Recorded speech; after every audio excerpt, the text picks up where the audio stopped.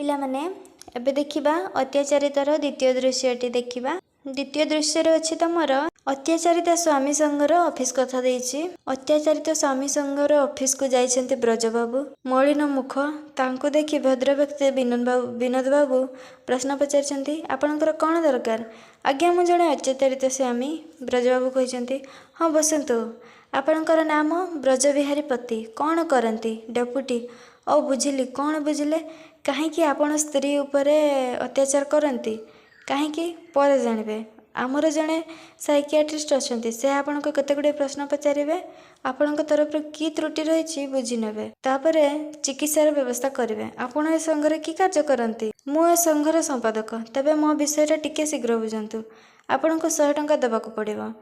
तापर पकेट से पैसा देदेले। तापर सही समय रे शिवराम बाबू को टंका नहीं कलिंग बेल चिपिले। जड़े चपरासी प्रवेश कला। सही समय रे कहिसंती विनोद बाबू, शिवराम बाबू को डाकी दे। चपरासी जाई शिवराम बाबू को डाकी देछि। किछि समय पर से आसीचंती। तापर ये होउछंती ब्रजबिहारी पति बोलिकी विनोद बाबू तांको कहि दउछंती सब किछि। तापर शिवराम कहिसंती, नमस्कार, आपण डेप्यूटी मास्टर ना? हाँ, आई सी। मते केते गुडे प्रश्नर उत्तर देबे। ठीक उत्तर देबे, बुझिले? निश्चय देवी। पचारंतु, आपण केते वर्ष होला विवाह कलणी? 15 वर्ष। आपणकर बयस केते? 40। स्त्रींकर 30 पाखापाखि। शिक्षिता, कॉलेज रे आए पढ़ुतिले। मो सहित प्रणय करी 3 थर फेल होला परे मते विवाह कले। आई सी। कौन लेखिले? आपणक स्त्री देखिबाकू केमती? असुंदरी नियंती, किंतु प्रसाधन साहाय्य से निजको खूब सुंदरी करिपारंती। आई सी। संतान संतंती? 2टी पुओ अछंती। केते वर्ष तफात रे? गोटिए को 10 आउटी को वर्षे। हाँ, आपण मासरे केते दिन टूर करंती? हाराहारी 20 दिन। बाकी 10 दिन ऑफिस कार्य व्यस्त रुहे। मुहरे भात गंजवाक समय न थाए। शिव स्त्री को सिनेमा थिएटर देखे नियंती? समय कहीं जे मु सिनेमा देखैबा पई नेबी। अच्छा, स्त्री को तमे खूब सुंदर बोली केबे डाकी छंती? मने पडुनी आज्ञा। सेई बाहागर थरे अधे कहिथिबी बोधे। तापरे आपण केबे आउ कहि नांती? समय कहीं। That account for it. अच्छा, की धरण अत्याचार आपणक ऊपर से करंती? ब्रजबाबू कहिसंती, मु टूर रे फेरला बेलकू मो स्त्री घर नांती। घरे थिले भी मते स्वागत करू नांती। गृहलक्ष्मी सभा को पड़ोचंती। मु कोपे चा खाइबा को पाएनी। चाकर संगर चाकर पड़ोची। से काम दाम छाड़ी के से भूलिबा को पड़ोची। केवल या नहीं, आहुरी अछि। युद्ध लागिला इंडोनेशिया रे मोर स्त्री आहत सैन्य मानक पई स्वेटर मफलर बुणीबारे व्यस्त। अथच मोर कोट पैंट सार्ट छिंडी गलानी, मरामती हो पारुनी। बोताम नहीं, लगा हो पारुनी। आउ कौन? अधिकांश समय मो स्त्री बाहर, प्राय राति 10टा बेलू घर को फेरती। अधिकांश समय बाहर खाई करी आसी थांती। हाँ, सेतिकी यथेष्ट। देखंतु ब्रजबाबू, एथिरे मु देखुची आपणकर ही दोष। मोर दोष? बाह, भल फिजिशियन कले आपण। मोर भल दोषटा केउठी? आहा, रागुचंती कहीं? शुणु, आपण बड़ असामाजिक होई पड़िचंती। स्त्री को यथेष्ट मिलामेशा करि पारि नांती। सेथिपाई मु कौन करिवि? मोर तो फेर चाकरी अछि। स्त्री संसार कथा बुझिबाकू मोर समय कहीं? तेबे खाली चाकरी करते स्त्री संसार करते? जो माने चाकरी सर्वस्व समानकर स्त्री माने एपरि स्वेच्छाचारी होबाकू बाध्य हुअंती। आपणकर अनुमान भूल होई पारे, किंतु मु कहे नारी मानक विषय आपणकर कौनसी धारणा नहीं। ब्रजबाबू कहिसंती, नारी तो नारी, बाहा हेबे, पिला छुआ जन्म करिवे। आपण माने मते सहाय्य करि पारिबेनी देखुची। आपण सहाय्य दरकार करनांती। मु जहा कहूची से अनुसार काम करंतु। देखिबे आपण स्त्री को जबत करि पारिबे कि नहीं। बेस कहंतु, आपण को सोशिएबल हबाकू पड़िबो। तापरे प्रतिदिन अंततः घंटा लेखाएं आपणक स्त्री सहित मिलामिशा करंतु, गपसप करंतु। ब्रजबाबू कहते अन्य मानक सहित? हाँ। ब्रजबाबू कहते हाँ, मु एबे सेमिति महिलाटी कोड पाइबी? शिव हसिकी कहते, आहा, आपण को सेतिमे व्यस्त होबाकू पड़िबनी। आम तार व्यवस्था करबा। आमर सहित डोमेस्टिक रिहाबिलिटेशन सोसाइटी अर्थात पारिवारिक थैथान समिति अछि। कौन? रिफ्यूज रिहाबिलिटेशन भली? शिवबाबू पुणी हसिकी कहते, अत्याचारित स्वामी को परिवार शांति सुख आनिबा यही समिति कार्य करे। एथिरे बहु भद्र महिला सभ्य अछंती, जो माने स्वामी अत्याचारित से सामाजिक କରିବା ପାଇଁ ଏମାନେ ସାହାଯ୍ୟ କରନ୍ତି। ସେମାନଙ୍କର ଚିତ୍ତାକର୍ଷକ ବ୍ୟବହାରକୁ ତାଙ୍କୁ ମୁଗ୍ଧ କରେ। ତାପରେ ବ୍ରଜବାବୁ କହିଛନ୍ତି କିନ୍ତୁ ଅତ୍ୟାଚାରିତ ସ୍ୱାମୀମାନଙ୍କର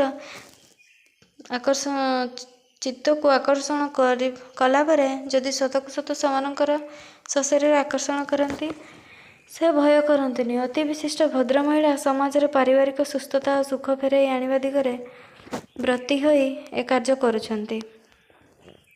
ତାପରେ ଶିବବାବୁ, ଆପଣ ସନ୍ଧ୍ୟାବେଳେ ଆସନ୍ତୁ, ସବୁ ବ୍ୟବସ୍ଥା କରିଦେବି। ବ୍ରଜବାବୁ ହଉ ଯାଉଛି। ତାପରେ ସେ ସନ୍ଧ୍ୟାବେଳକୁ ଆସିଲେ। ତାପରେ ସନ୍ଧ୍ୟାବେଳେ ସେ ଦେଖିଲେ ଅନାଦି ବାବୁ। ଆରେ ଅନାଦି ବାବୁ ଯେ ବହୁତ ଦିନ ପରେ ଦେଖା ହେଲା, କ'ଣ ସବୁ ଭଲ ତ?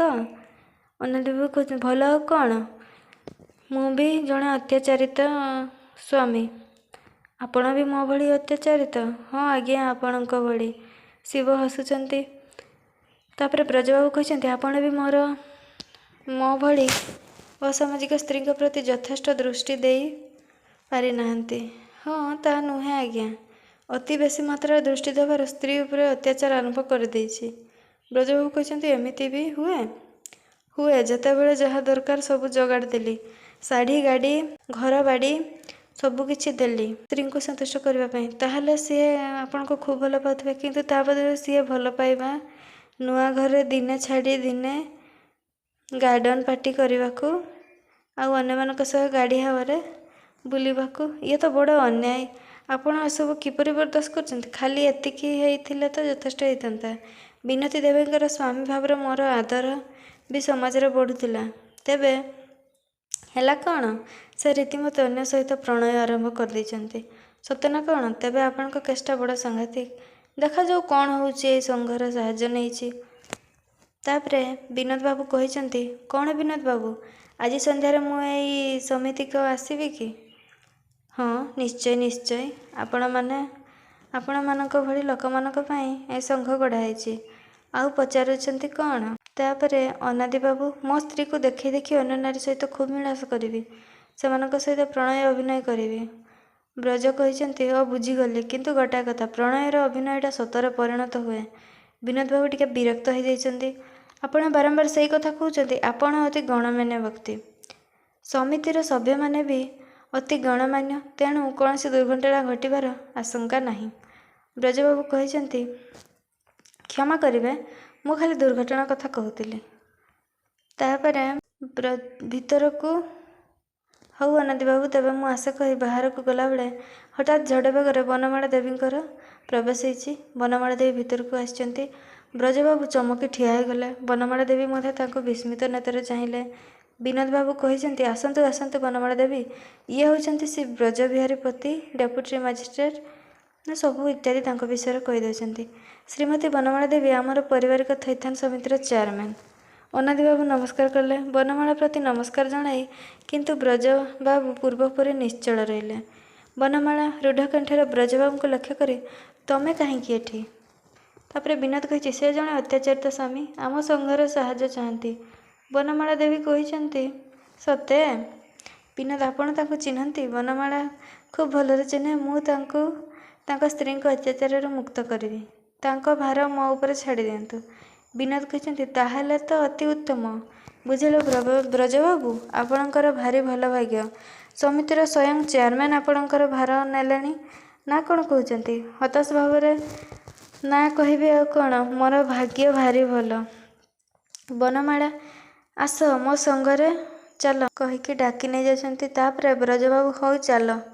ହଉ ମୁଁ ତେବେ ଆସୁଛି, ନମସ୍କାର। ଆପଣଙ୍କ ସମିତିର ଚେୟାରମ୍ୟାନ୍ ଏଇ ବନମାଳା ଦେବୀ ମୋର ସହଧର୍ମିଣୀ। ବିନୋଦ ଅନାଦି ପୁରା ବିସ୍ମିତ ହୋଇଯାଇଛନ୍ତି ଆଉ ବିସ୍ମିତ।